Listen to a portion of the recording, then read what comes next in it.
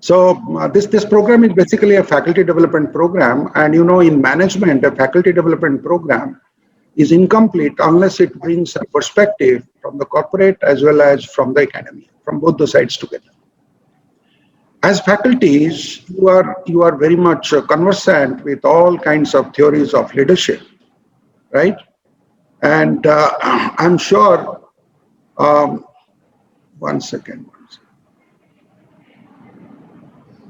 I'm sure the theories of leadership in different directions would have given you some kind of perspective of leadership. But you would have noticed one thing: the literature on leadership, the number of books on leadership are simply uncountable.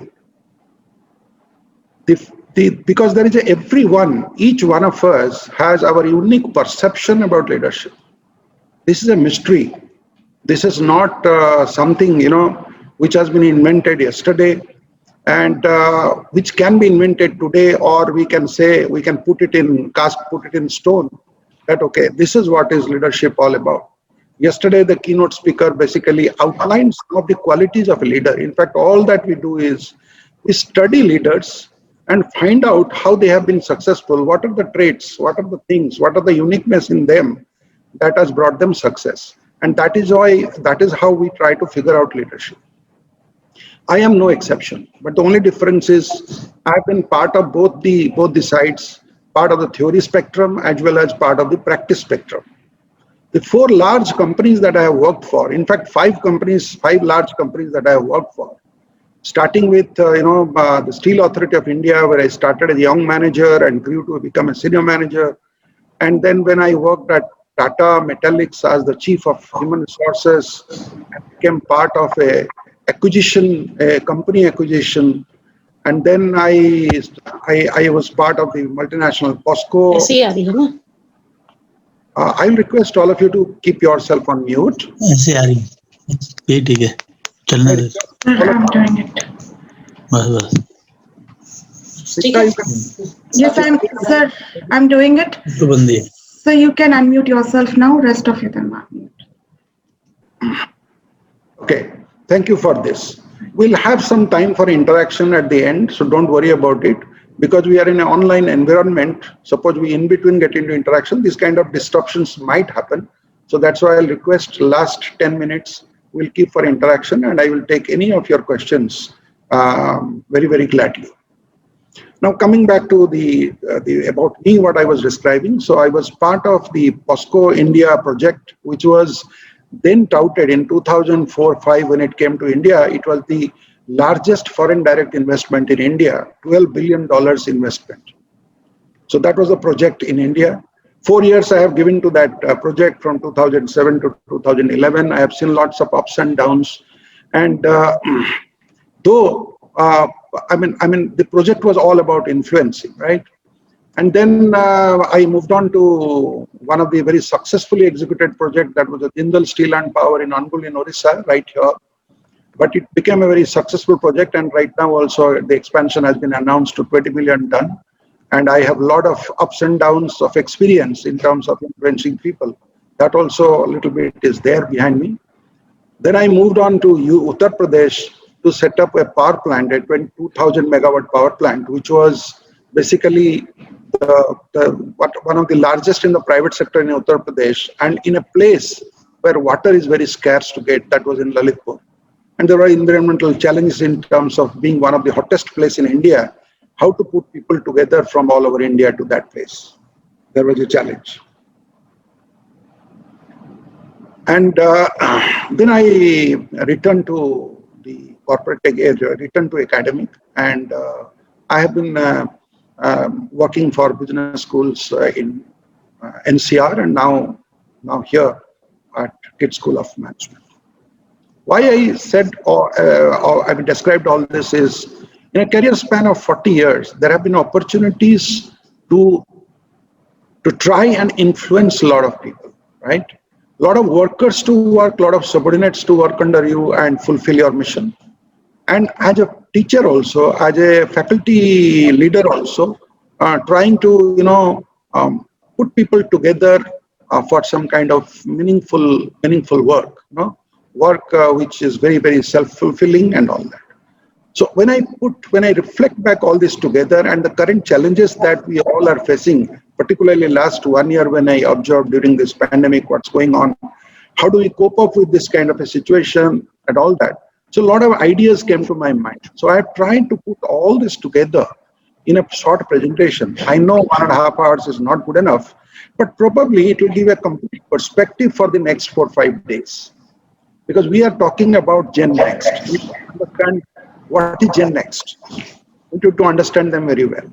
And we need to understand what are they and what are they looking out for, and we need to adjust to that. We need to, because if we do not take that into account, no amount of leadership theories or experiences from history, from the past notes that we carry with ourselves, that is going to help. So I thought how to make East and West meet, how to make North and South meet, how to make the generations meet together on this concept of leadership. So around that, I have prepared the short presentation, and let us go through it, and there will be anecdotes, there will be some short stories in between, which you will enjoy, I'm sure. And towards the end, about 10 minutes, we'll have Q&As. I hope this will be very, helpful to all of us. I will now share a screen.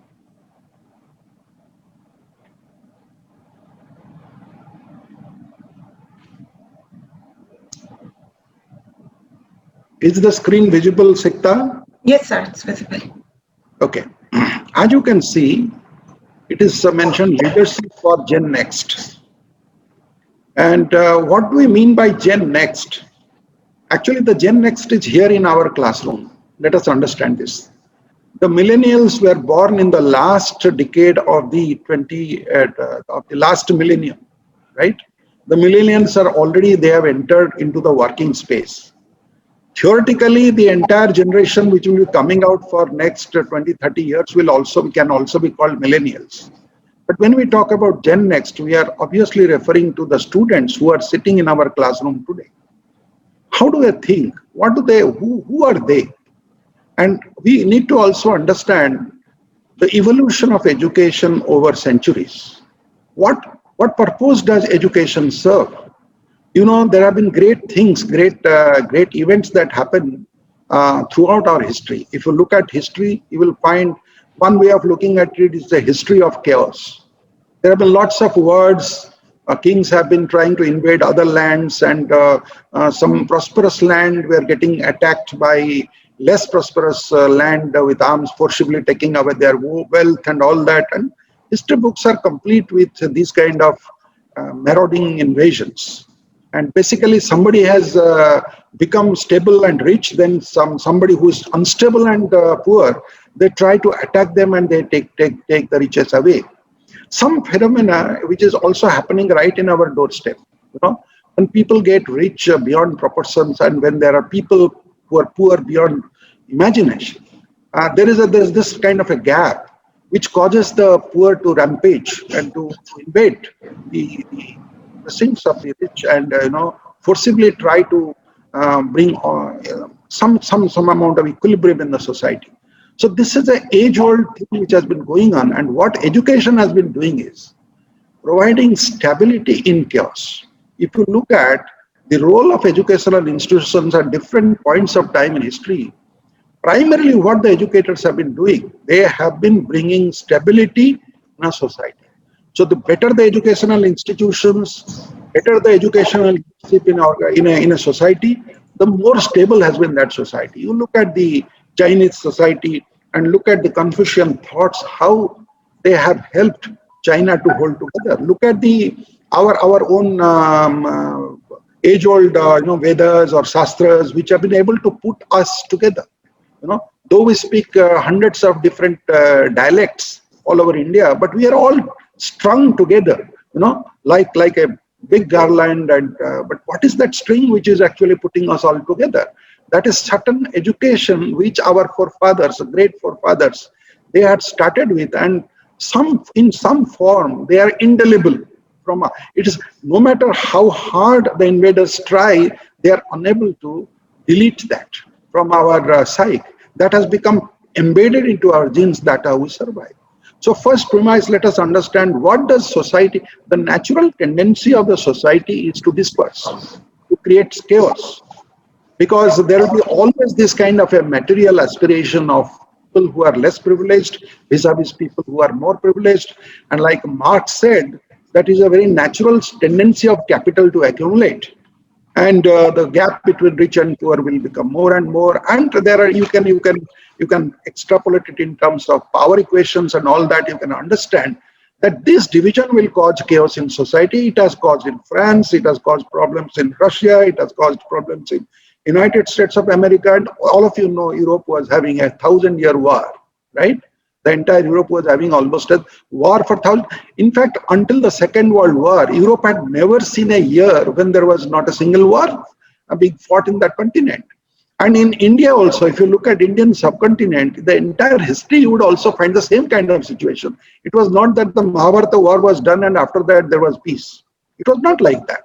There has been always those kind of chaos happening, and parallelly, the reference points for society, good society, has always been the society which has good education, privileges of good education. So that is how there is a big responsibility of all of us, the faculty, for a society. So we need to understand our role. So now it is in this context we'll try to understand the generation next. What do they want? How do we deal with them? And then then only we can best know how to influence them.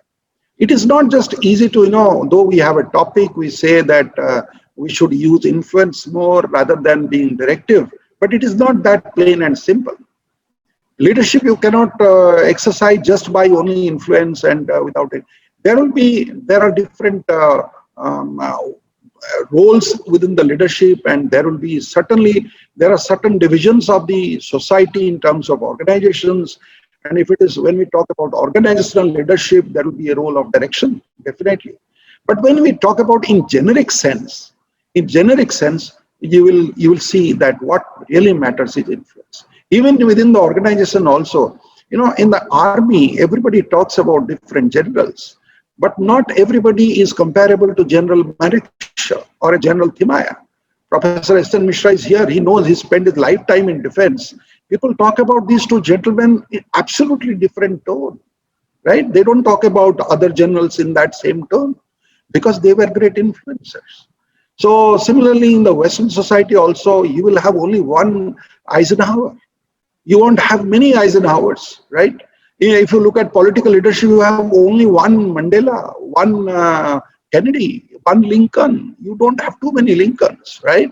So please understand that means even within the organizational context also, when you are talking about directional leadership, there is also a very big part which influencing plays. So I thought that with these prelude, let me start my presentation. Okay. Now I will bring you some quotes which are like my disclaimers, right? These are like my disclaimers. See, I believe that I cannot teach anything to you, right? This is a firm belief I carry. In fact, I cannot teach anything to my students also, right? And because Galileo once said, and very aptly I believe so, that you cannot teach a man anything. You can only help him to find it within himself. So one of the things that I have learned is that no matter how much I tell people that you should be doing this, you should be doing that, but essentially you have to hold back at some point and leave that person to judge for himself or herself what is to be done. And I'm going to do in this presentation the same thing for you also. The second disclaimer I have is, I realize it is the individual who is not interested in his fellow man who has the greatest difficulties in life and provides the greatest injury to others. It is from among such individuals that all human failures spring. In one word, if I put it, that my way or highway, not showing interest in fellow men, not being bothered about their welfare, has been the cause of the greatest disasters. Right?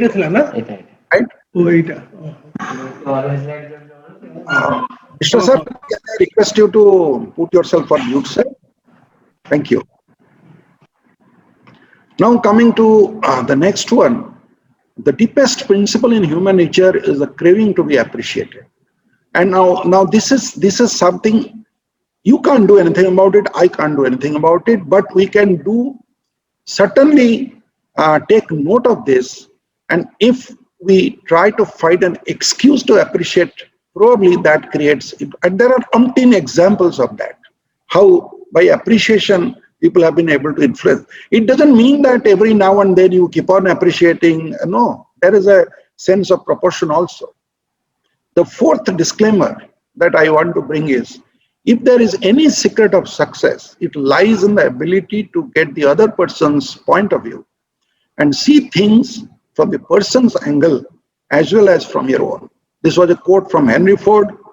Essentially, it says, we should not underestimate listening, the power of listening. Listening is not just one way beneficial. It benefits more than one way, many ways. So listening helps. So we should get it into our psyche if we want to be good leaders. So with these four disclaimers, let me begin. Let us try to understand the character of Gennext. Now here, you can unmute yourself, and if you wish to dispute, you can request that, or you can put it on chat box. Okay. But I am just trying to read the collective psyche on the basis of the voices that I have heard, that I have listened. Okay. One of the first thing I hear is that the Gennext, they are gadgeteers, not gadgeteers. And what is the difference between this? Gadgeteer, you understand, people who are conversant with the mobile phones, with the computers, with the laptops, and all those strange products of technology which are now available plentifully in the market. And not gadgeteers means the old school, where people were believing that there is a rule. Gadget is the ultimate rule book of a society. Every government, particularly in Indian context, you understand, if something is published until it is published in the Gazette, it is not law. Even Parliament passes a law until it is published in the Gazette. It is notified to public. And once it is notified in the public, it is cast in stone. Right? So the current generation, and what do you see in a gadget? Every moment the message changes. Every flash the message changes. The idea changes. It is a cacophony of ideas, cacophony of thoughts. It's a complete maze. So this current generation has that kind of idea. They don't take what is published in the Gazette as gospel truth. This generation of Gennext, they want to be self-paced in their education. We may structure as parents, we may structure a particular education for them. You go to school, study science, and then you go to college, study engineering, and then you do a management, and then you become a big general manager, and you become an entrepreneur and become the next Bill Gates, or you become Anthony Fauci, the famous surgeon in US. We may desire that as parents, but children, the students, probably they think they will pace their own education, and there is a lot of time there for education, because now the biggest platform of content has become the internet.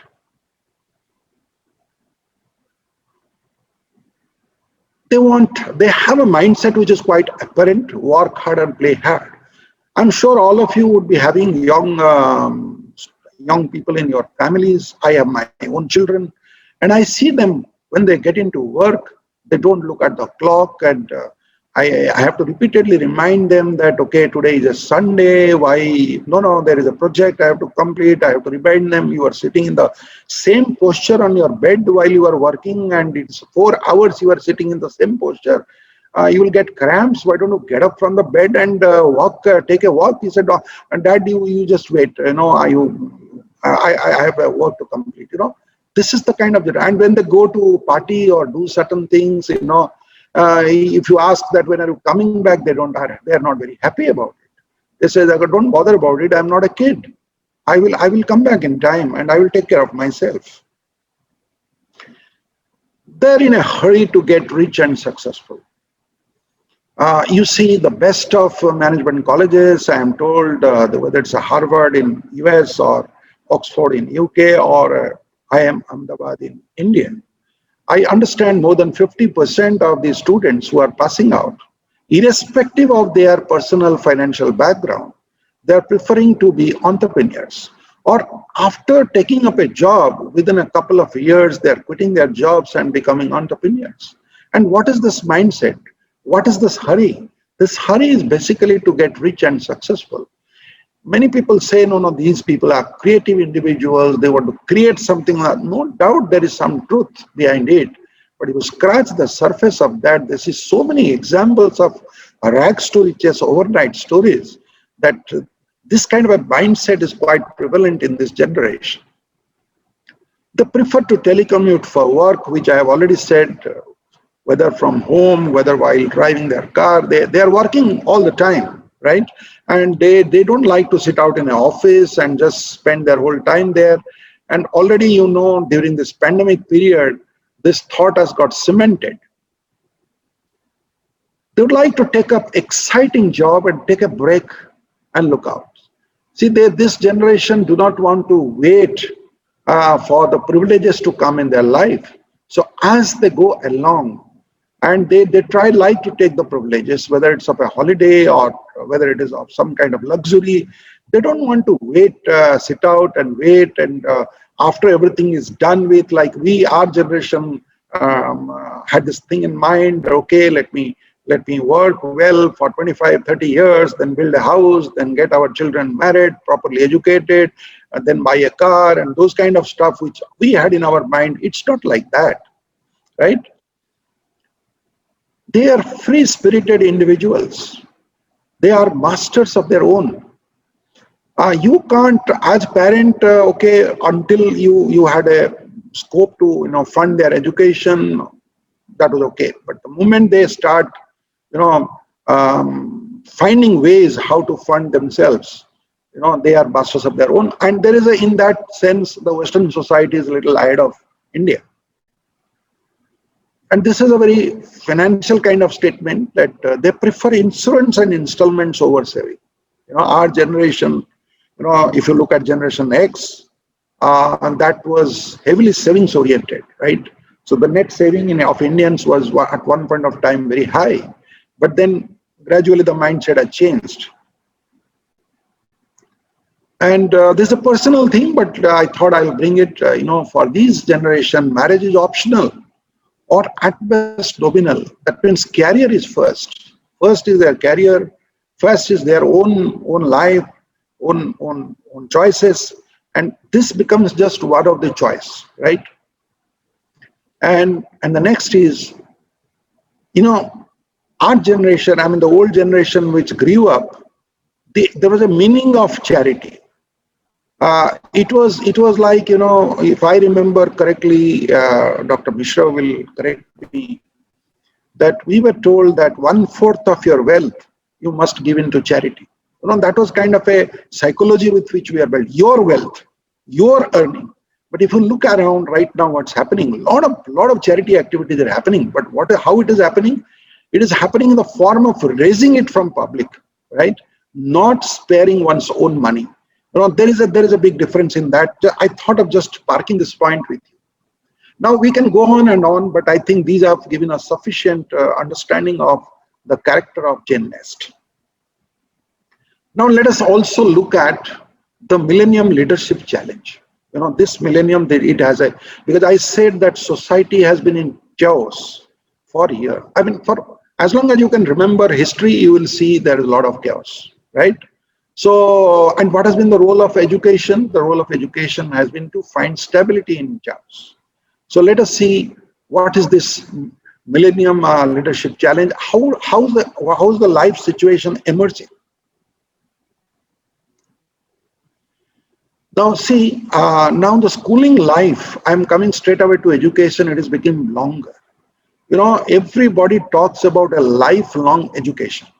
Now just try to remember in our Ramayanas or in the Mahabharats or in the good old days, in ancient days, how the education was actually happening.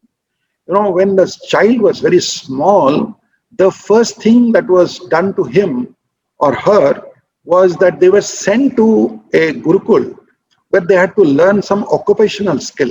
That is the basic minimum occupational skill so that they can survive. They don't have to depend on others to feed, you know. So that was the first thing. It's like, you know, Krishna was asking to take the cows for grazing and collect firewoods from the forest, and, you know, get some alms from the local village. What was it essentially about? And the girls in the ashram, they were assisting the wife of the teacher, or she was herself a teacher also, and on certain household work, right? And together, all this, if you put together, you will understand that the first thing that they learned was how not to stay hungry, right? How not to stay hungry. And then once that level of education was over, then they were sent to the second Gurukul. And in the second Gurukul, what happens is the knowledge dissemination happened. You know, you look at the life of those old system. You will find it is the second stage of education in which they were taught whether how to use an arm or how to use knowledge, the Vedas, the Shastras, and all that. And the higher. So there was a distinction between the lower education and higher education system, but all together, if you put it together, it was something like about 15 years of education. 4 or 5 years of play school and 15 years of education. Almost at 20 years of time, a person is sufficiently mature and educated in all the skills required to live a free, comfortable life. Okay, but what is the emerging life situation? That you may lose your job very next day. You may have to reskill yourself. You know, there is a lot of talk about skilling, reskilling, multi-skilling, and lifelong schooling. High frequency of job losses, extreme consumerism, rapid innovation in and around technology. In fact, one of the reasons why there is so much of demand for reskilling, and probably we are, as far as technology is concerned, science and technology is concerned, we are at a inflection point, and a lot of things are actually, in fact, some kind of a revolution is taking shape, about which maybe the next, after 100 years, people will start writing. Longer work timings. You know, I mentioned about my own children. You know, there is a rising fad of 24/7. People take a lot of pride in saying, I am a 24/7 employee. Now, please think about it. I am a 24/7 employee. You know, there's a lot of credit. In fact, as parents are also, we quote, my son is working 24/7. Think about it. There is a technology-based social stratification emerging. If you see, our society, human society, has never been unstratified. Our human society had always had some strata. Now, it is another matter that the Westerners, they try to debunk the stratification which existed in Indian society or Eastern society, whether it's India or China. And but the Indian philosophers, when they look at the Western society, they look at also their stratification in similar manner. But because they have the voice of the rich, so that has prevailed. As a student of sociology, I have always amazed that the caste system which the Western societies created, you know, that term they created, actually, if you look at it, and when you look at the kind of slavery and the look at even right now also a lot of things are happening. You wonder, right, what is caste system? They were all along having caste system. Why they were pinpointing at us? And who are they? What gave them the moral right? Now, if you become a neutral person, from a neutral perspective, you see, social stratification had always something to do with the economy of a place and the value systems of a society. You might have heard a lot of literature which said that even God himself said that the caste is by your act, by what choice you make in terms of your profession. It is not by birth. And but unfortunately, there was a medieval period in which it has degenerated into a situation by occupation, by birth, and that had caused. But in every society, this kind of chaos happens. That is why a person like Buddha emerges to break free the society from those kind of narrow thought divisions. But today, what is happening? The social stratification is having on the basis of technology. Either you are a geek or you are a non-geek. Whether you know the computer, you know the ITs, and you know all these things, then you are somebody people will look up to. And if you do not know all that, then people look down upon you. This kind of thing is an emerging life situation. I thought I will flag it. The value systems, when I say the value systems are cracking, that means there are certain values which are eternal. There are certain values which are contemporary or functional. Now, I'm talking about certain eternal value systems which are also cracking under pressure of technology. If those things are not cracking, then it's not like, for example, the family values, the hierarchy of respect that happens within a society. Those things are not functional. They are time immemorial. They are very, very important for stability in a society. Those value systems are cracking. I'm making a reference. I'm not talking about the functional values which are confined to the organizations. There is a widening gap in income levels. If you look at the gap between rich and poor, and in fact people in the United States, in Europe, they have also started talking about it, that 8 people in the United States of America their combined wealth is more than the rest of America. People are talking like that. And in India also people talk in similar tones. Now this is certainly an issue to be addressed and issue to be seen. Why? Because business influencing political governance. If you see, that is the reason why so much of chaos is happening right now, whether it's in India or it is in Europe or it is elsewhere in the world. Now, think about this. Has human life become an expendable commodity? Think of the genetic research that is happening. Think of the organ trafficking that has already started.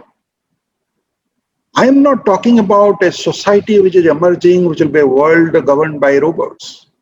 I am talking about a society which will be governed by human beings, of course. But the same human beings, are they going to treat fellow human lives as expendable commodity? Now, if that happens, then it is a very horrific kind of situation. Why I brought all this together, I am bringing all this together because this is a serious group of people, and you all will go back to your respective schools and you need to think about it. I thought that it's very, very important that we should not push all these ideas or whatever is happening under the carpet. Rather, we need to think about it, discuss about it, and then only we can do something about it. Now let's see what are the requirements of a stable society. Here I draw upon the past. I draw upon history not for last 10 years, last 100 years, last 1,000 years, but maybe many, many millennia. Whenever there is stability in the society, what has happened? If you see, like I gave you that example of the Gurukul days of Krishna or Rama, did they go back to school again? Did Raja Ram had to go back to school again? Did Akbar had to go back to school again after his homeschooling was done? You think about it. Did Alexander have to go back to school again? Think about it. I gave those examples. I can give the example of scientists. They might be spending time in a research lab, but think of the general people in a society. They did not have to go back to school again and again, like right now what we are expecting and demanding, right? So there was in some form lifetime occupational stability. Now it has been under serious threat. Dignity of physical labor. Now this is something which won't happen just like that. When I used to work in POSCO, they took us on a visit to Korea, and I remember when we were very senior, a lot of people from India, and there was Korean senior people, all of them almost at general manager and above level. And when we were dining, I found the driver also sitting in the same table. So I was a little amazed. Later on, I asked a Korean counterpart, but I saw the driver also sitting there. He said that's our culture. So people who are with us, I said, people who work in your house, yes, they take food with us. So just think about it. Think about it. So here we give sermons, but we do not, We do not really understand what it, and I thought, I was wondering how it actually happens. And when I probed a little deeper, I found the salary levels of those people are also pretty high. But when it comes to a society, in our society, we are, whenever we think of giving compensation to these kind of people, we assume that their physical labor is not worth that much of money. And because we assume the people who are richer than us, they also assume that what labor we are putting in is not that much worthy. And that is why the rich-poor divide grows. Think about it. Think about it. It is, if where is the starting point? Mr. Narayan Murthy, who was the very, very respected figure in corporate, he used to, once he proposed that there can be a maximum ratio of 1:20 or 1:30 between the lowest person in an organization and the highest person in an organization in terms of their income. But look at today, it is not 1:20, 1:30, it is 1:3,000. Sometimes it could be more than that. It's a very appalling kind of situation, and the more and more it happens, actually dignity of physical labor will go down and down.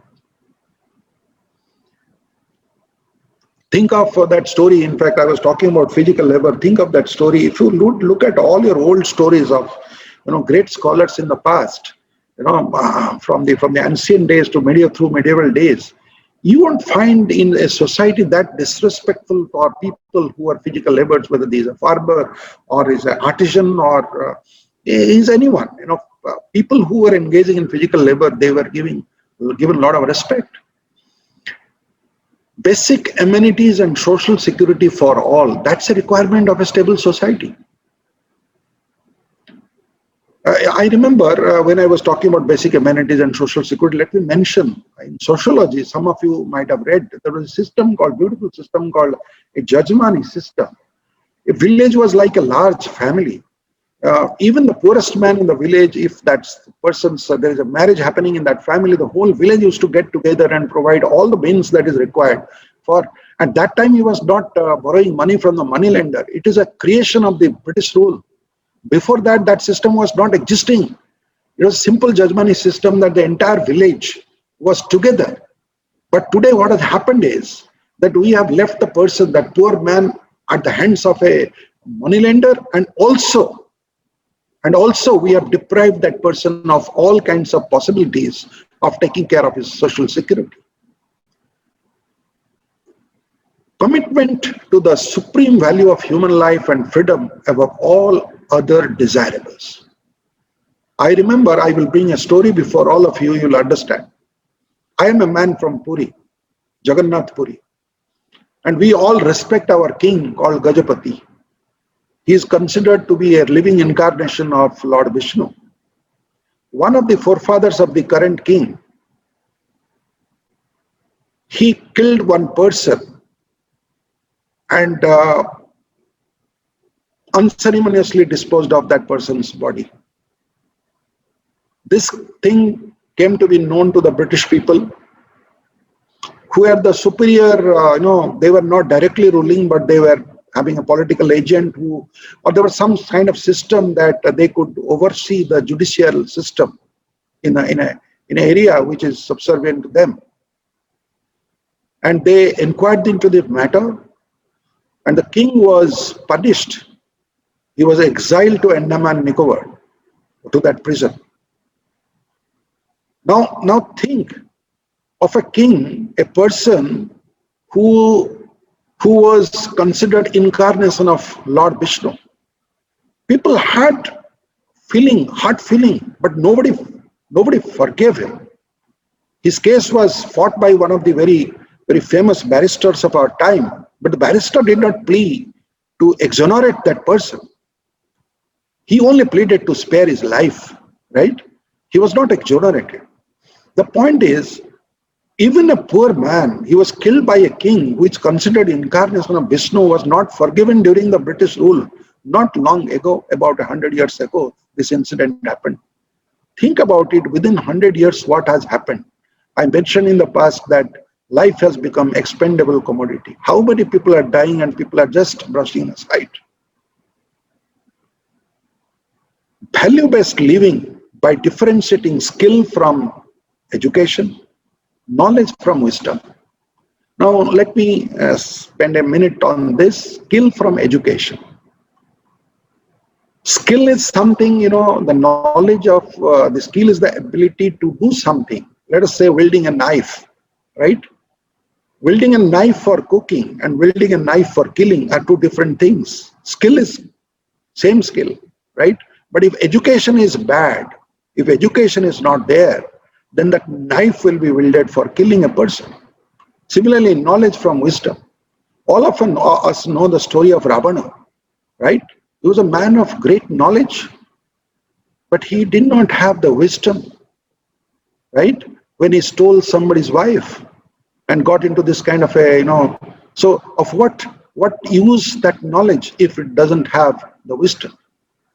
So requirement of a stable society, see, that's why Ravana had to be killed, to establish stability in the society, established order in the society. That's why Sri Krishna killed Kansa. That is why Shivaji maybe fought those many wars, because he wanted a stable society. And there are many examples of that. Possession of wealth won't beget trust and respect. How wealth is deployed matters. Why I said in the context of those who are in a race to become super rich, and they're getting sucked into materialism.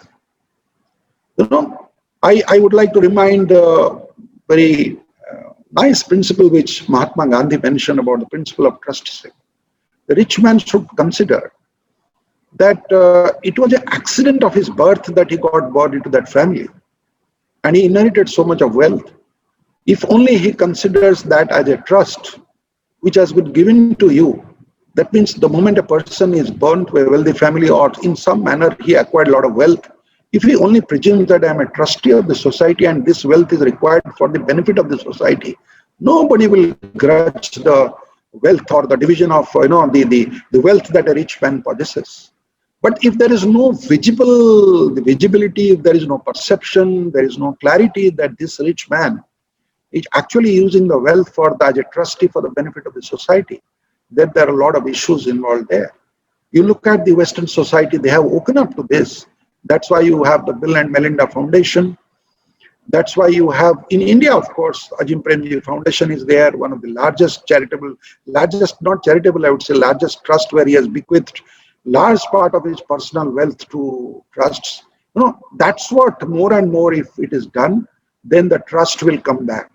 Otherwise, this kind of a division between rich and poor, and then such people who have this kind of trust, if you look at their employment policy, they don't treat their drivers, they don't treat their lowest employees with that disdain. They pay them very well. And there's nothing wrong.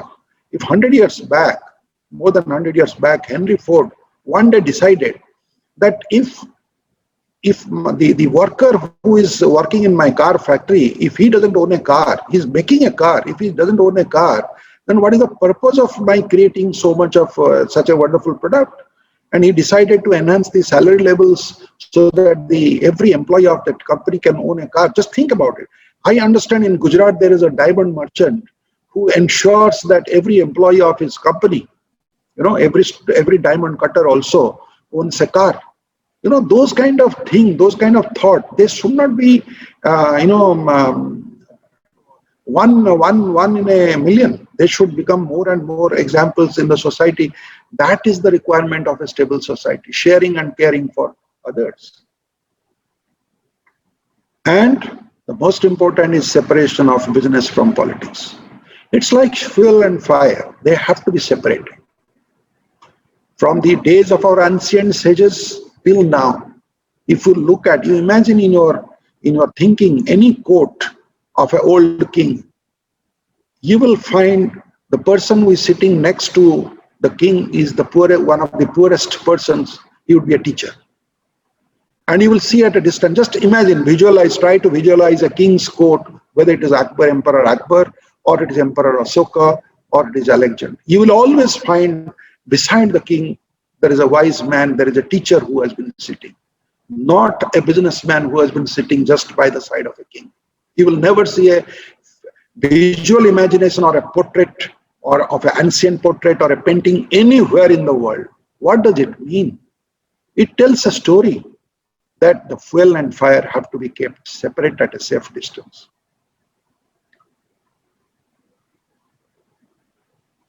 Now that I have created the context for all of us, let us look at the role of academic leadership, and I bring a picture before you, right?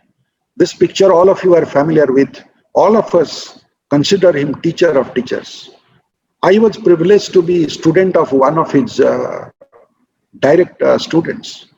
And I still remember his name was Professor Satyavadi Mishra. He was the principal of my college when I entered college. And when he used to start his lectures, he will always say a prayer, pay respect to his teacher, this man. And he used to say, what I have learnt at the feet of my master, I am going to share with you. Think about it. When APJ Abdul Kalam became the president of India, if you remember his first speech, or if you will try to go back, it is all recorded, it is there. He mentions three of his seniors. He mentions three of his seniors as his teachers, from whom he learned the art of leadership. Their names are Brahm Prakash, Professor Brahm Prakash, Professor Satish Dhawan, and Professor H.N. Sachna. You can go back, you can see the record, and you will see three teachers were remembered. There is an incident, beautiful incident about APJ Abdul Kalam. When the school where he did his schooling, high school, for their centenary or some celebration, he was invited. Probably it was a centenary celebration. He was invited as the chief guest. He agreed and he went there. And when he went to the dais, he noticed that one of his teachers, he was sitting in the front row. He was still alive, a very old man. Mr. Kalam did not take the chair. He insisted that in this chair, my teacher should be called and he should sit. I will sit at his feet or by his side with his permission. The organizers had a very difficult time to persuade him, but he did not agree. He did not relent. The teacher was brought there to the podium and he was seated at the center, and then Kalam sat by his side with a lot of persuasion. See, a teacher, an academic leader can actually do wonders. I bring a quote here because I gave you just an example, and that example, couple of examples, and that will tell. A teacher affects eternity. He can never tell where his influence stops. Whether it is Mr. Brahm Prakash, H.N. Sachna, or Satish Dhawan, they would have never imagined that their names would be mentioned by a president, one of their subordinates in his presidential inauguration. Professor Radhakrishnan would not have imagined that his disciple, Professor Satyavadi Mishra, will mention to his students in every class his name. APJ Abdul Kalam's teacher would have never imagined that, okay, this person will remember me and he will call me to the dais like that, You never know. These are all some examples I gave you because many of you as teachers would have experienced the same thing. As students, you would fondly remember one of your school teacher or one of your college teacher. You will definitely remember a person who has made a difference to your life. But if you go back to that teacher and you ask, sir, do you remember me? There is a possibility that he might not remember you, because while he does a good work, he doesn't try to remember that, to keep that credit with himself. So a teacher is somebody, a good teacher is somebody. His job is to just share knowledge, share wisdom, and forget about it. But if you remember this, that you can affect eternity, and then the role becomes a responsible role. Next time you walk into a class, you will think 10 times, okay, today whatever I'm going to talk in the class, it might impact somebody and change somebody's life forever, right? Now let's see how leaders lead, right? Let's see. Now normally the conventional theories have told us that leader is basically part of an organization.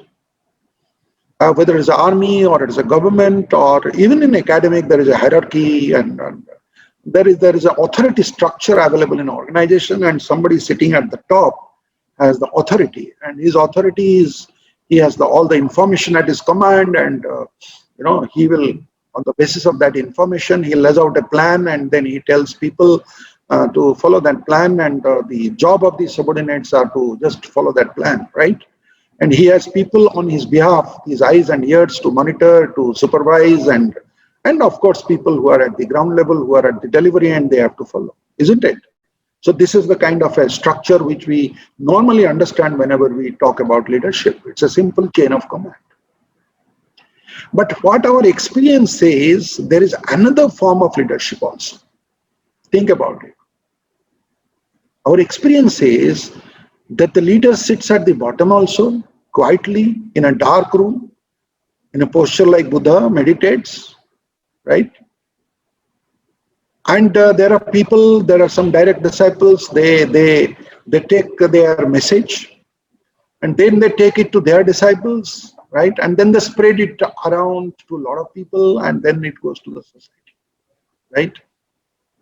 Think about this also. Even in the organizational context also, everybody do not have access to the director or the managing director or the chairman of a company. There are few direct reports. They listen to him, and then they listen to his vision. They listen to his ideas, his values, and they take it to their next level. Then that grows and spreads among the stakeholders, and then it goes to the larger society, right? And that is how the leader's image gets built, and he gets obeyed, and he gets followed. Is it possible humanly, if you follow the principles of hierarchy, they say that the maximum span of command is 1:10. That's why if you look at a drill of a police or the army, you will find there are 10 men in a row, and there is one leader who is the file commander. That's a file, right? And 3 files make a platoon, right? So that means there are 30 people and there is one head, right? Or there are 33 people and there is one head, that makes 34 or something like that, right? Because that is the maximum he can command. So what he commands. That means when it comes to leading, commanding the leaders, the platoon commander commands only 3 persons who are the file leaders, who are the front line soldiers standing in front of that, right? And then so on and so forth, it goes upward and downward, If you look at the general of the army, or if you look at a managing director and its board, how many people actually a person commands? It is not more than 10, 11. That's the maximum a person, the span of control, that's the maximum. Now with that kind of a span of control in an organizational setup, how can you think of controlling millions and millions? Not possible. So you have to fall back on a parallel model of influence. So both these models that you are seeing in front of you, how leaders lead, both these models actually sit side by side, okay? So because this is called the circles of influence. I hope this brings you a lot of clarity as to how they are not contradictory, right? How they sit together. And it is important for people to understand this phenomena and not to put one against the other, right? Not to judge leaders simply because of their use of authority. But if that leader is also using the circles of influence, putting together, one should judge. Now I bring a quote, not a quote, a picture of Mahatma Gandhi. In fact, a picture of Mahatma Gandhi is 1,000 quotes. All of you understand. His picture itself brings 1,000 quotes to you in your mind, because 1,000 ways you are perceiving him, his leadership, his style. Did he occupy any position? He did not never occupied any position. He was never president of the Congress party, right? Or he was not the prime minister of the country. He was not the president of the country. He was nothing as far as the position of authority is concerned. Even when he was a lawyer, he was not holding a position. He was just an advocate. He was not a judge at any point of time. A person who had never held a position of authority. But influence, supreme influence. I don't think there is any statement which can beat the statement of Albert Einstein about Mahatma Gandhi. In terms of describing his influence. For millions to come, millions who will be born, who are not yet born, they will scarce believe. They cannot believe that such a man ever walked upon this earth in flesh and blood. Think about it. That sums it up all, right? So basically, this picture I brought with one of my thinking is that be a role model. Because as teachers, whether we like or not, we already are for our students. And every day, any time you walk into a classroom, think about it. Think about it and go to the class. Because if you do not think about it, you will not prepare properly. And if you are not prepared properly, there could be a slip of tongue. And who knows, your slip of tongue also can impact somebody, can influence that student's life. He can turn into a Ravana instead of becoming a Ram. Think about it. So you have no choice. You are an appointed role model, right? And remember this quote of James Baldwin, very famous quote. Children have never been good at listening to their elders, but they have never failed to imitate or emulate. Many teachers tell me that, oh, the students in the class, they are not listening, many of them are switching off their camera. But you don't know, you don't have to look at those you shouldn't assume that, your errors or the mistakes or the slip of tongue will not get noticed by somebody because they are not good at listening. Rather, you follow the second sentence. You assume that they will not fail to imitate or emulate you. So when you have to be, all of us have to be role models. We have to think of the second sentence rather than the first sentence, right?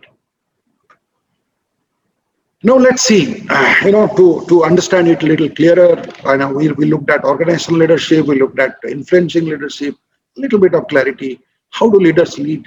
Now, without some examples, it's very difficult. In the beginning, I said, whenever we think about leadership, we think about some leaders and we think what exactly they did and what are the principles that we can take from there and actually talk about, right?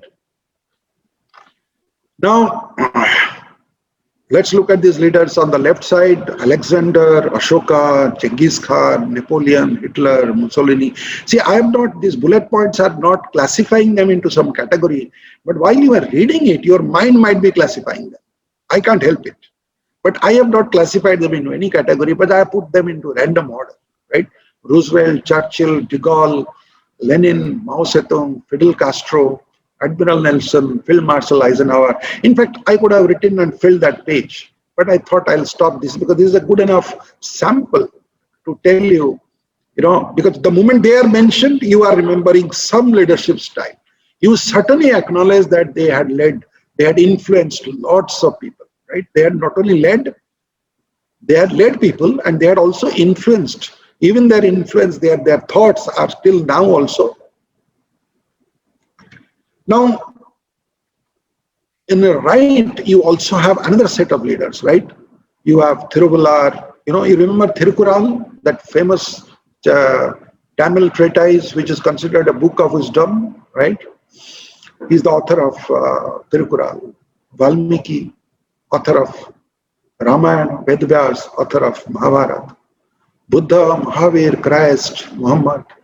Socrates, Plato, Aristotle, Chanakya, Shankaracharya, Kabir, Nanak, Hobbes, Locke, Rousseau, Montesquieu, Kant, Hegel, Marx, Gandhi, Mandela, Shakespeare, Tolstoy, Tagore, Andrew Carnegie, George Soros, Warren Buffett. I could have written many more names, but just for the sake of example, I brought this. Now, if you see the left side, these people, they have exercised authority. Primarily their leadership has been authority. There has been influence also, but primarily they exercise authority, and they are basically action leaders. They acted, they commanded. That is their primary characteristics. But there are certain things which also created influence. But if you look at the right side, these are the leaders who have exercised influence. They have not exercised authority. Even if Mandela was a president of that state, he did not exercise the authority. Even if Andrew Carnegie was president of a company, he did not use authority. He was the founder of the American Steel.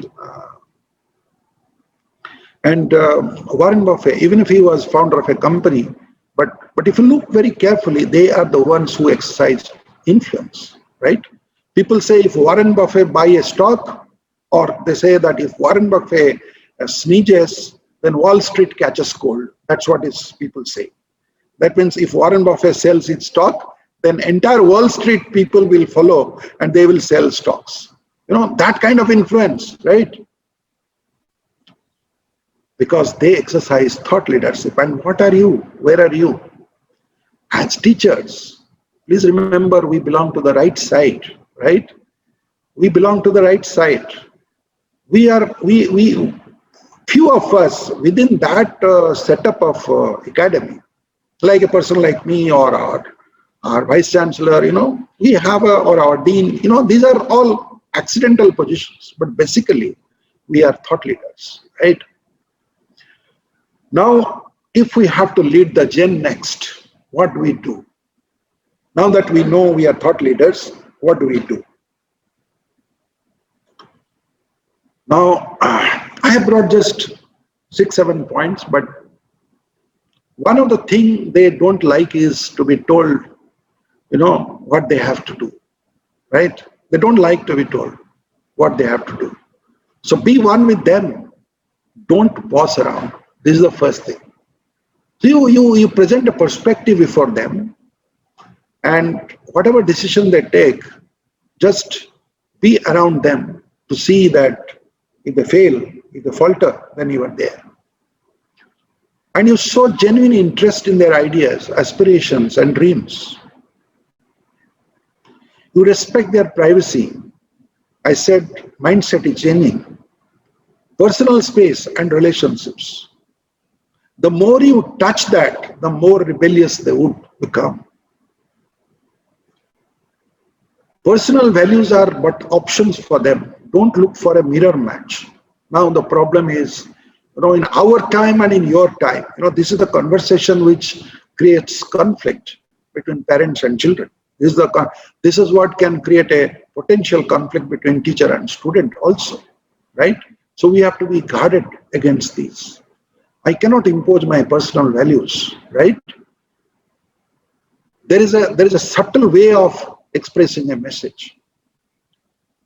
Number 5, design flexible work contracts with plenty of options to take a break. I remember when I was working in Steel Authority, I wanted to go for a short course in England.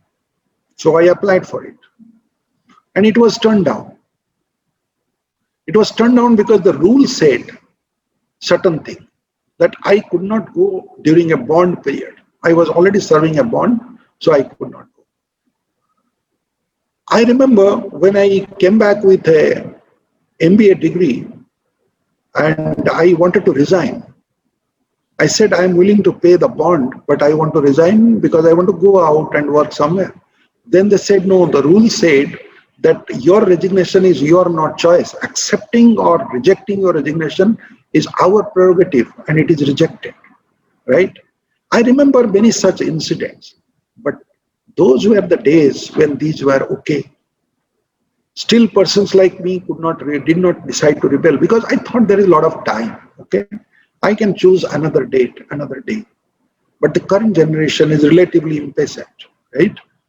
So whether it is whatever policies we have, whatever contracts we have, 10 years ago, while I was teaching at XIMB, I had written an article which is talking about a flexible work contract.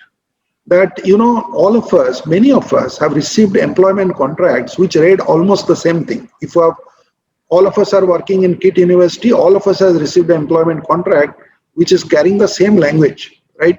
But imagine each one of us receiving a contract which is having different language. These are individualized contracts. And today, if you look at many of the corporates, they are drawing individualized contracts. I mean, these things are coming. So a time will come, every employee will have a unique contract, right? Every need in the office put on the house. That means facilitate, facilitate, facilitate. Don't say, okay, this is, I put it like, have a cafeteria in the office and put everything there. And it is, if employee feels tired, he comes and he picks up his coffee mug and he takes his coffee and goes. If he's feeling a little hungry, he can pick up some food article and he can put it on office, put it on house. Because this is the generation which wants, they don't look at, there's no time to look at how much bank balance I have. But they certainly look at the convenience at work. So whether you pay them whatever, no matter how much you are paying them, well or very much or less, that is not of a consideration. So basically, if they read a book in the house, you should have a library in the office. Whatever is required to be, that should be, and that should not, policy should not become a hurdle in providing that. And finally, I've said make the compensation and benefit basket colorful. What do we mean by colorful?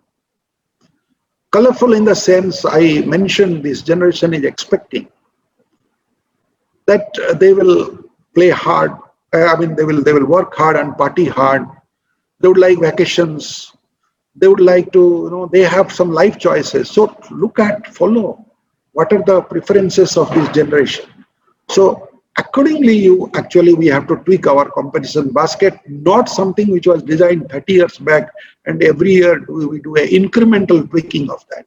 Every year we do just 5%. Okay, ye to 15 saal se chal raha hai. This year let me add this particular component. No, it's not like that. We have to make it really flexible and compensable. And if I have to sum it up all together, if you see, the next generation you can influence, please don't dictate. The moment you dictate, your influence ceases.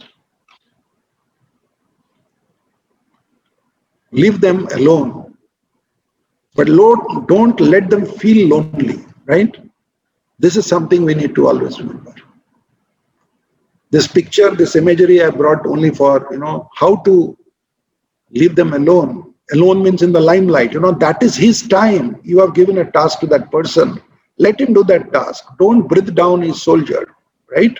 But don't also leave. Don't also let that person lonely. I bring another picture. Whether it's a worker or a soldier or a student, they all must be empowered to act on their own. Give that personal space to them. Some amount of personal space. Let him figure it out. Let him fit out what happens in the war field. Ultimately, after taking all the briefing, all the direction, he goes to the front. And there he is the leader of himself. There all the decisions he has to take. He can't take a command from his boss and say, boss, shall I fire? Enemy is right in front of me and his gun is pointing at me. He doesn't have that much of time to take instructions. He has to take a call, decide and fire and all that, right? What happened recently, 2 days by this 6th of this month, in the United States, something unprecedented happened. The Capitol Hill was rampaged by, people call it now insurrection. Thousands of people carrying lots of in Indian standard country-made arms, ammunitions. They entered Capitol Hill and they were trying to seize the house while it was in session.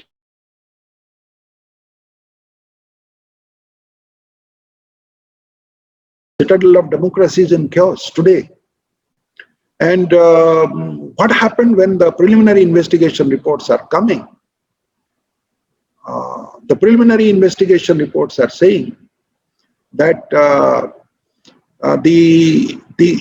guards who were in the front row, they were given some command to wait to wait and report and then act as they are told. And this time gap, was so fatal that they could not actually act on time, and that is how these people could enter capital. A soldier in the battlefront has that kind of. But the point that here I am trying to say is whether it's we must leave them to act on their own, whether it is about work, whether it's about fight, or it's about study. Don't breathe down their shoulder all the time. Don't keep on checking out, is it done? Is it done? When will you complete it? Don't do that.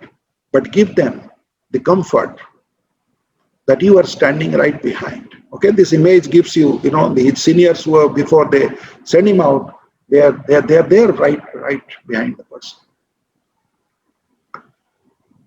Now, Gennext needs level 5 leaders, right? What is a level 5 leader? You might have heard of different levels of leadership. There are 4 levels. A person must have great individual competency or capability, because without you yourself being expert at something, people will not respect you. The second thing is ability to manage a team. So necessary team skills, interpersonal skills, those things are that's a level 2 skill which is required. Third thing is a managerial competence, that a certain basic functional competence, the managerial competence, that must be there. And the fourth one is you must be having the ability to stimulate others to high performance, right? But these are not enough. Traditionally, it was viewed that these 4 are good enough, that what else is required? I have the individual capability, I have the team skills, I have the managerial competence, and I have the ability to stimulate others to high performance. What else is required? There is something very subtle and which is also required. That is, you must have a strong professional will and strong personal humility. A leader who is not humble, his professional will alone not get the result. So humility is something which is, if you notice the great successes in leadership, across all domains, across all fields, starting from military to civil authorities, you will find leaders who are having great humility are hugely successful. If you remember, among all Indian Prime Minister, people remember very fondly Pandit Jawaharlal Nehru, Lal Bahadur Shastri, Atal Bihari Vajpayee. These names come. I don't want to comment on the current leaders, but certainly those who are the past leaders, these 3 persons stand out. Why?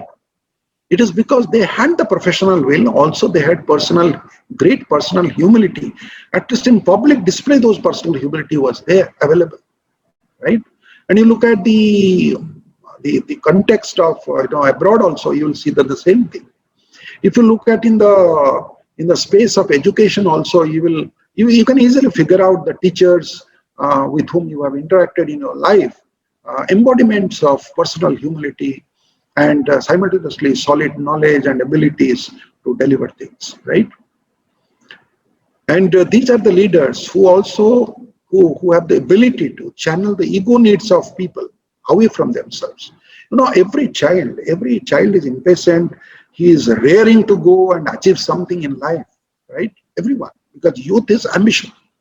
Youth energy is ambition, energy for achieving something, bubbling with energy, and there's nothing wrong with that. So that is the ego state which needs a channelization, and this channelization is basically towards a goal for building a great something. They don't know what is that something, and as a teacher, we help them in telling them what something is great and what something is not so great, right? That is where the spark needs to be created, needs to be ignited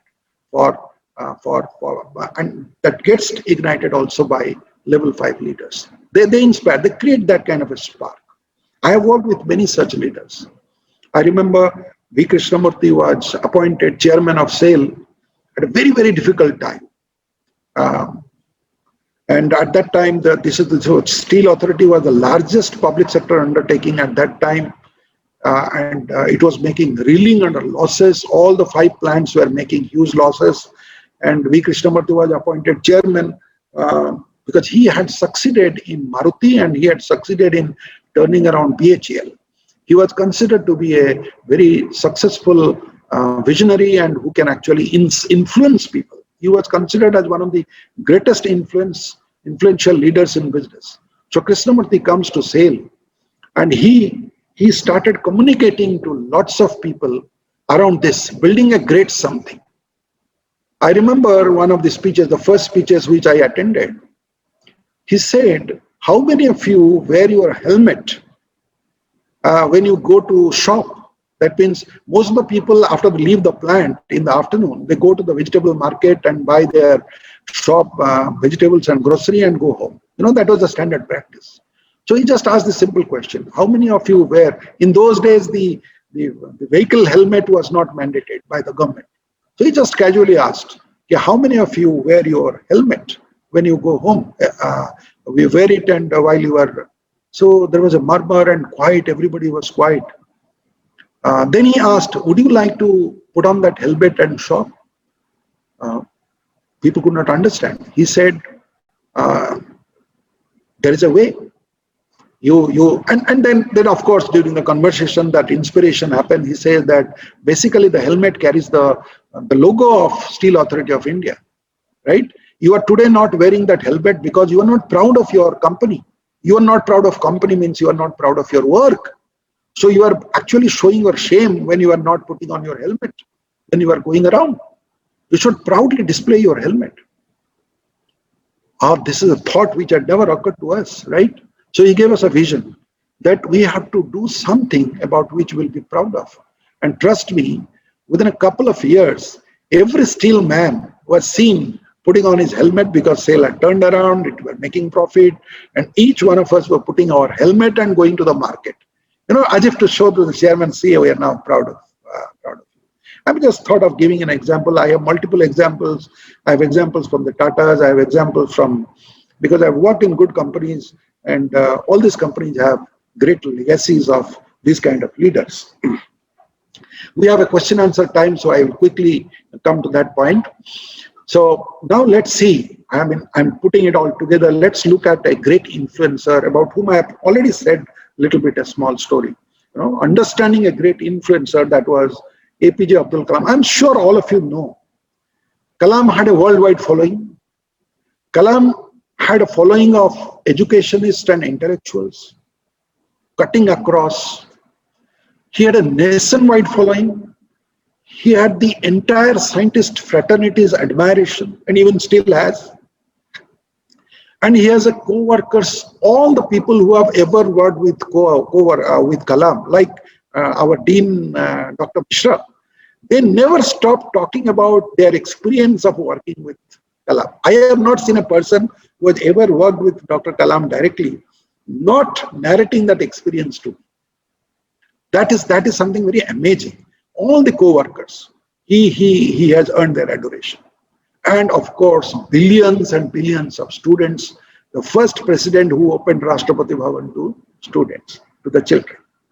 Now, this is called a 360-degree influence, isn't it? This is called a 360-degree influence. And how it all happened for him. Because Kalam followed a very simple sentence of Emerson. That quote is there at the bottom of the slide. Every man I meet is my superior in some way. In that, I learn from him. Whether he's a clerk in the secretariat, whether he is my subordinate, or he is my superior, my boss. From everywhere, everybody, in some sense, has something, some element, which I do not have. So he is my superior. What a beautiful thought. Just think about it. And this thought he actually lived, and that is why he is so much adored. That is why he's such a great influencer. And I am talking about him today to you. That's why 3-4 times I have heard him personally, and in some of his speeches. Fortunate to have it, and many of you would have heard him. Now, I'm coming to the conclusive part of my talk to present to you a task leadership model.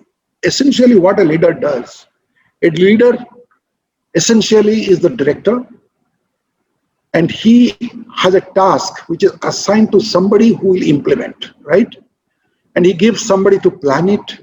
That's the next level below, right? The planning team. And there is somebody who will implement it, right?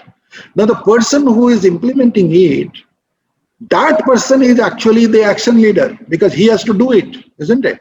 Think about it. So you just reverse this pyramid in your mindset, okay? You presume that he is the action leader, he is my boss, right?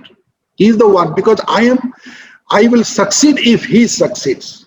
So that implementer goes to the top and becomes the action leader.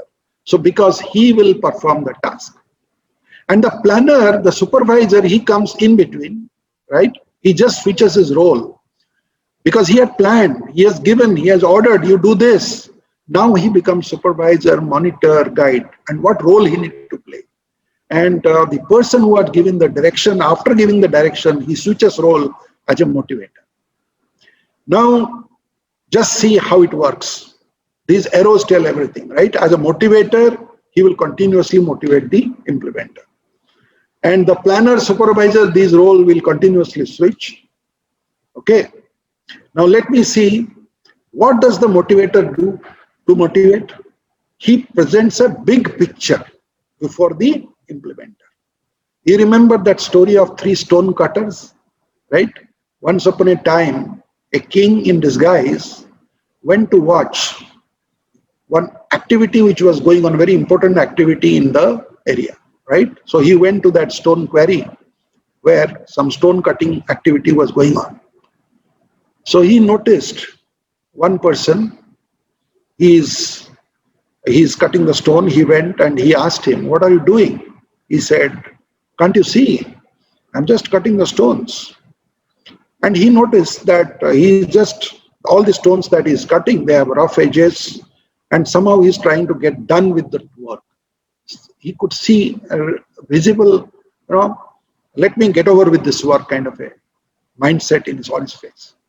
Then he goes to another person who seemed to be relatively interested in his work. So he asks, "What are you doing?" Then he paused, and but he said, I'm cutting a stone, and can't you see that?" No, what are you doing actually? He said, "See, I'm cutting the stone to build a wall." Okay. And he noticed that the edges of that stone, that stone cutter's work was relatively polished and better. Then he goes to a third person, and he asks him, "Sir, what are you doing?" He did not pay attention to this person. He asked again.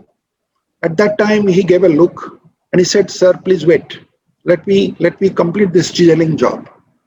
So he waited, and then he finished what he was doing, and then he took a pause, break, and he asked, "Yes, sir, what you were asking? Now, what are you doing?" He says that I'm building a temple. Now, just see the difference between the three, right? So if the person who had the big picture in mind, the vision of a temple, he was doing that work more meticulously. The person who had a lesser vision, he knew only he's building the compound wall. He had less engagement with the work. And the third one, who is just thinking that he's just giving shape to the stones from the quarry, he had absolutely no idea as to why he's doing a job, and the job was that shabby. So this example I am giving because unless the director, the person who is giving the job to a person, unless he is very clearly portraying the big picture, then the work will also be accordingly done, right? And coming to the supervisor's role, as we have seen the planner supervisor, he has to be constantly in touch with the action leader in terms of mentoring and coaching, right? And what does the action leader do? The action leader, obviously, when the job is assigned, the person is supposed to have the kind of training that is required to do that job. If the person doesn't have, the person need to ask that, okay, that I need this kind of training or that kind of training. It is not that his supervisor will think about that particular training. He himself has to think whether he can do it, he cannot do it, and that conversation should be part of the decision whether X will do a job or Y will do a job.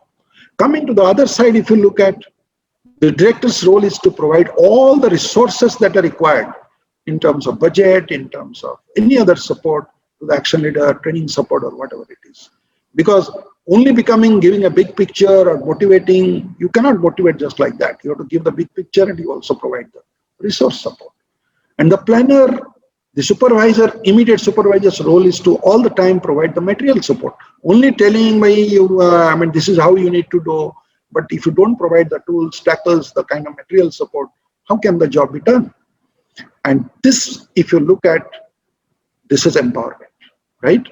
You empower your subordinates by providing the requisite support and for achieving the goal, but you need to have the big picture, you need to have the mentoring and coaching, you need to have the training. I hope this model gives you, it is just not reversing the pyramid of direction, but this is exactly telling the left side is how you influence people to get your work, and the right side is the directional leadership that I talked about at the very beginning. The most important learning here is that the picture tells the story better. I bring a picture of a map which is being explained to the people by a leader to his subordinates, and then they take forward.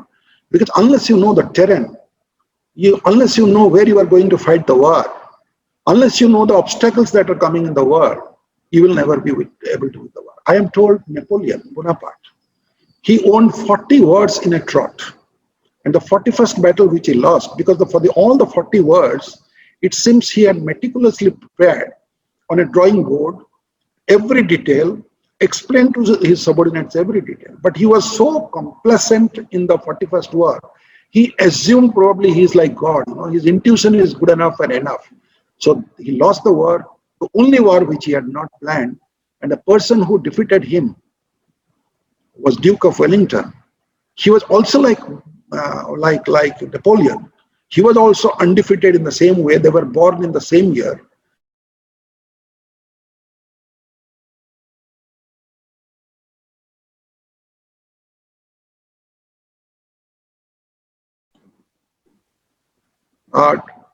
I hope, Sikta, I have not been muted for long.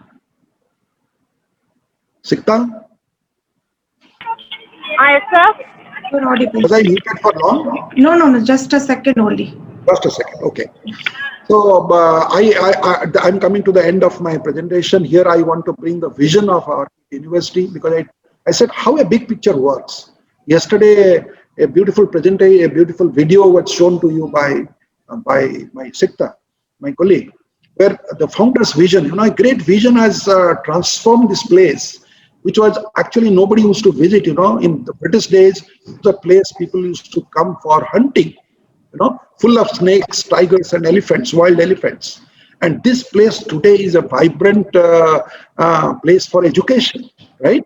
And people do compare that. Probably if any place can become the first Nalanda or Takshashila in India, probably KIT University will be a serious competitor for that. Think about it.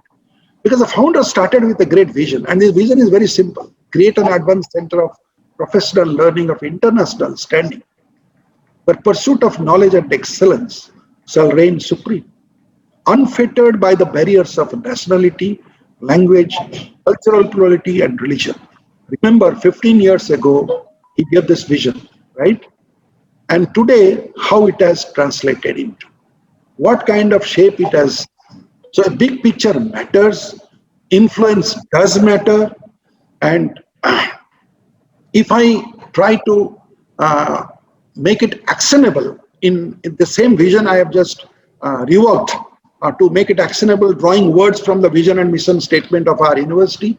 If you look at, I have just added a purpose to that vision for meeting the dynamic needs of the society. That's the purpose I have added. The principles come from the words come from the vision, words come from the founder: honesty, integrity, sincerity, respect for cultural plurality, joy of giving. And there are some action verbs which are like this, they're develop, the words which are in the sense of develop. What are some nouns, basically, what we need to develop among people: creative abilities, research temper, futuristic, global perspective, state-of-art technology, entrepreneurship, healthy practices, skills, professional approach, close interaction with industry, habit of continuous learning. Why I mention this? Because these are the words, they are part of the organization lingua franca, right? Everybody need to do something around this, something about it, right? Whether it is a school of management, or it is school of languages, or it is school of biotechnology, or it is school of law, or it is school of engineering, everybody had to do something about it.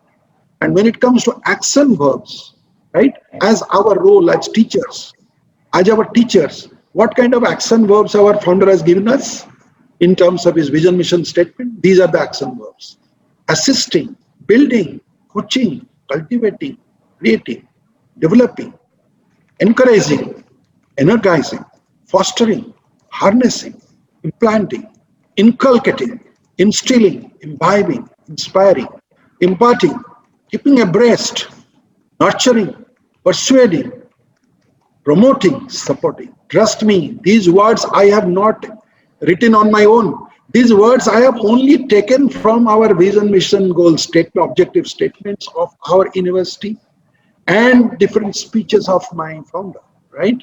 And if I all put it all together, you see how this big picture is emerging and how the actionable part is also emerging. That's why I say in action verbs, I've just structured it, right? So thank you very much. I will now stop sharing the screen. I have some time, I think, for interaction.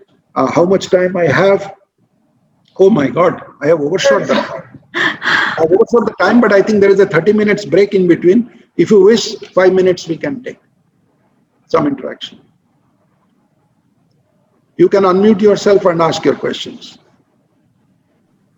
So I would request the participants to unmute one by one and raise their issues, questions to our. Or if there is anything on the chat board, Sita, you can ask. Yeah. Hello, sir. Good morning. I'm Manas. I was working as an assistant professor with KIT University and currently pursuing my PhD at IIT Bhubaneswar. Sir, I have a very simple question. In the last just before the COVID, I had a very beautiful interaction with one of very famous faculties of our field, who is working abroad and conducting his research, which is influencing the world in a different way in the technical matters. So in that discussion, we were discussing about what he looks for in a student.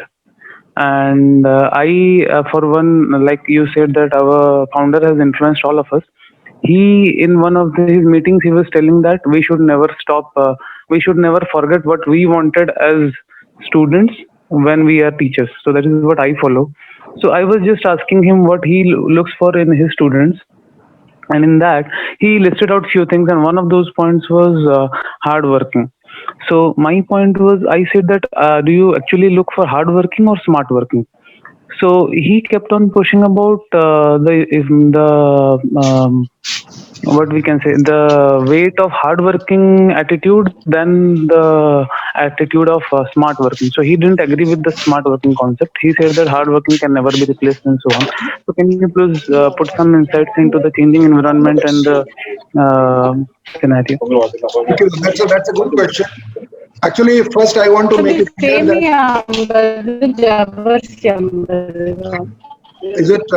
Can I answer this question? Yes, sir, you can. Okay. So thank you for asking this wonderful question. And very often this question is asked to me. Actually, they are not contradictory.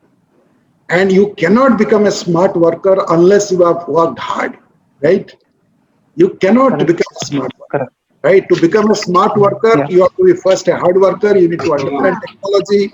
You need to understand the management concepts. You need to understand everything. Otherwise, you cannot act smart. What is smartness after all? Mental mathematics. Correct. Yeah. So, my point was, like you said very rightly, you pointed out, for the Gennext, we go for working hard and playing harder, like you rightly said. So my point about smart working was that I do understand that when we work, we will give our 100%. It is not like we'll spend 10 hours a day, and out of that working is 2 hours, and the rest 8 hours we'll spend on YouTube. I would rather go for 4 hours working, and I'll give my best, and I'll get the work done, and the rest 6 hours I'll simply go out and play. So, No, you are right. As long as you remember, performance is equal to effort plus result, it's okay. But if exactly, you yes, sir. think performance is only effort, then it is not okay. Correct, correct. Thank you, sir. Thank you for clarifying. So that is what you, matlab, when you were pointing about Gen Next. So I was thinking, what is your opinion about matlab, working hard and partying harder or playing harder? So thank you for clarifying. Any other question?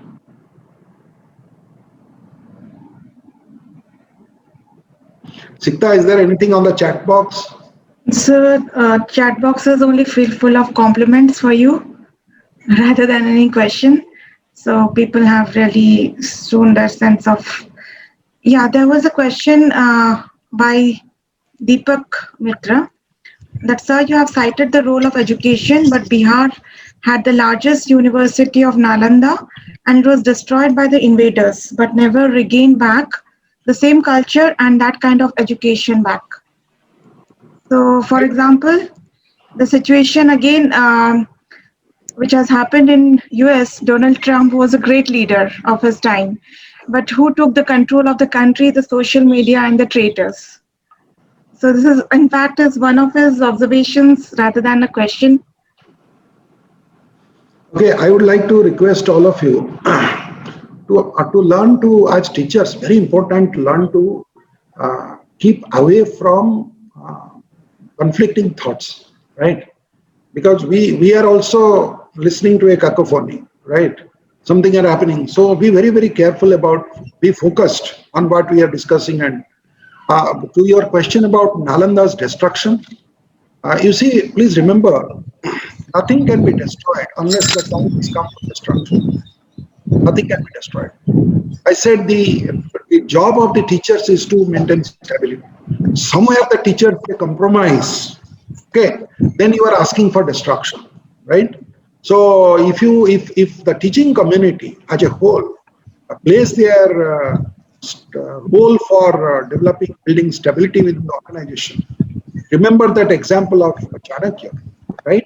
Who went to warn the Nanda emperor about the invasion of the Greeks and wanted that he, as the most powerful emperor in the country, in India, should lend his support to not to allow this foreign invasion. And when the emperor did not agree to that, he took up a cause, to change the whole setup and again go for that thing. That's a very big and vivid example of the role of a teacher, how powerful a teacher can be. But unfortunately, there were many Chanakyas, there were many teachers. And it is very easy, human nature, to fall for the pelps. If somebody is, you brought the example of Trump. Why so many Republicans, right-thinking people have sided with him? Because of the greed. Because it is very natural tendency on the part of you and me. We are human beings. If we are used to certain privileges, certain perks for years together, and suddenly to give up all that, to go to the wild, it's very, very difficult, not easy. But the teacher's role is that. Please remember, all of us as faculty, when the time for reckoning, the time to take a call comes, we should always remember people like Jayaprakash Narad, Ishwar Chandra Vidyasagar, people like them. No hesitation to give up what we have and just come forward to save the society. In our classrooms, when I was a student in political science in Delhi University, my professor told me that communism was defeated in American campus. Right? Communism was spreading like wildfire in Europe, and people were telling that you ban the books of Karl Marx and all the communist literature in America. Then the professor said, no, American educational teachers, they said, no book will be banned in the United States. Let all the thoughts come. Let students debate. And ultimately, and in the universities of United States of America, communism got defeated to democracy. And that is how America did not become a communist country. And today also, whatever difficulties are happening, you will see the American thought leaders. The universities of America will ultimately seize control. They will take lead. And if they do not, then they will be doing a disservice and they will go the Nalanda way. I have no doubt about it. Mahapatra, sir, I just want to ask, I'm Professor Kavita Thapliyal from Amity University, Noida. And first of all, really, it is a very insightful session, and you carry a vast knowledge, which you have translated in such a short period of time. I just want to know, sir, that, many times what happened that leaders become very authoritative, so their adamant behavior sometimes doesn't let allow their team to bring the right potential. So what is your suggestion to such leaders at this turbulent time where teamwork is very important, knowing the people at the grassroots level is very important. So how do you suggest to such leaders who are the future leaders to control over authority? See, they should. Thank you. I mean, I think this is a conflict which has been going on forever, right? There is this model called, you have on one side you have relationship, the other side you have task.